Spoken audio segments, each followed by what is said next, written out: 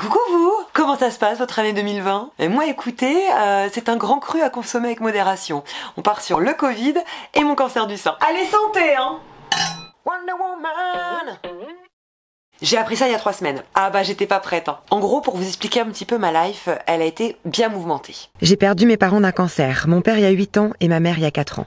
Du coup, après cette tempête dans ma vie, je suis partie vivre à Malte pour me reposer, puis j'ai réalisé mon rêve, celui de faire un tour du monde toute seule pendant 1 an. Profiter de la vie à 1000%. C'était génial. J'ai vu des paysages de dingue et ça m'a permis de savoir qui j'étais et ce que je voulais. Après ça, je suis rentrée en France. Je me suis dit, hey, Marseille, c'est génial comme ville. J'ai posé mes bagages, j'ai trouvé un job, un mec de ouf, et j'ai passé du bon temps à bronzer en bikini sur la playa. Jusque-là, on se dit, tout va bien, tout va mou bien dans sa vida. Et v'là-t-il pas que l'année 2020 commence avec ce bon vieux Covid. Et hop, confinement! Allez santé hein! Tout se passe bien, enfin on est quand même enfermés, donc tout est relatif. Jusqu'au moment où ma pote me dit « T'as des seins énormes ». Eh mais tiens, des seins de femme enceinte toi, t'as foutu quoi là? Ils sont énormes ma parole. Quand je suis arrivée, je les ai vus direct, ça m'a crevé un œil. Hein. Ah ouais, tu trouves hein? Ouais. C'est gentil, hein. J'ai un stérilet. Et franchement, j'aime trop le vin pour avoir des gosses maintenant. Début juin, je suis allée faire un tour chez ma gynéco qui m'a prescrit une mammographie pour voir si tout allait bien. Moi, à la base, j'étais persuadée que ça allait, vu que j'avais des super nichelons et que je me trouvais bonasse.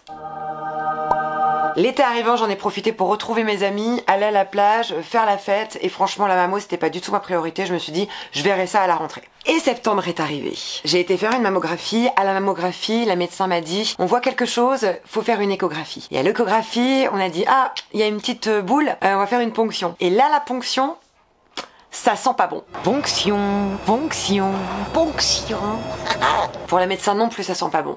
Mais je dois attendre 7 jours dans l'angoisse. Du coup, j'en ai profité pour aller à Lille, voir tous mes potes, rigoler et manger du Welsh bien sûr. J'ai reçu un appel pour revenir chercher mes résultats au plus vite. Du coup, je me suis pointée à 9h du matin et quand j'ai dit mon nom, mon prénom, la médecin est venue me chercher et le verdict est tombé et elle m'a dit « Vous avez un cancer du sein ».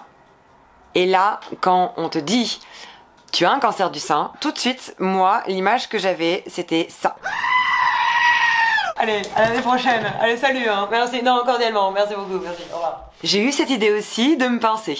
En mode, je suis là, je suis pas là. Je suis là, je suis pas là. Ah non, je suis là. Et je vous ne cache pas qu'avec cette émotion et cette nouvelle, j'avais mal partout. Et j'avais envie de vomir, j'étais pas bien, j'avais un état grippal sur tout le corps.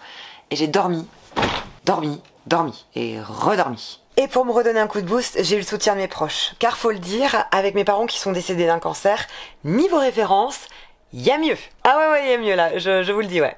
J'ai aussi une pote qui m'a remonté le moral à 100%, qui est aussi passée par là, et elle m'a dit, écoute Caro, ça va le faire, la chimio, ça va aller, le cancer du sein se soigne très bien de nos jours, donc elle m'a donné plein de conseils, du coup je suis en mode Wonder Woman, ça va aller, je suis au taquet, et puis il faut le dire, cette boulette, moi je l'appelle la boulette, cette boulette qui est arrivée dans mon sein, elle va pas rester longtemps parce que déjà, elle paye pas le loyer. Tu dégages, merci cordialement. Ça va le faire, je suis vraiment motivée et j'ai commencé par une chose, c'est mes cheveux. Alors pourquoi les cheveux roses? Tout simplement parce que j'ai décidé de le vivre à ma façon. Je l'ai appris il y a 1 mois, c'était Octobre Rose et que je me suis dit, quitte à les perdre, parce qu'il y a une forte chance que je les perde avec la chimio, autant partir dans un délire d'Octobre Rose, cheveux roses. J'aurais jamais pu le faire avant, ça c'est sûr. Je suis plutôt contente. L'idée c'est de couper petit à petit pour que je vois mon crâne et que je ne sois pas choquée si je dois les perdre et les raser. Et du coup pour l'instant je l'accepte bien. J'ai plein de choses à côté, je me motive et j'espère en tout cas que tout ce que je vous ai raconté aujourd'hui, ça peut aider à garder le moral, à se dire ok,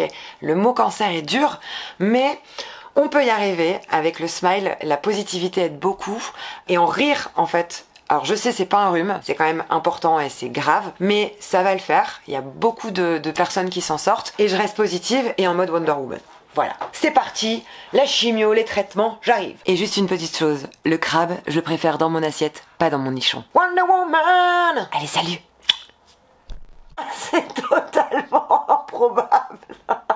Mais qui dort comme ça?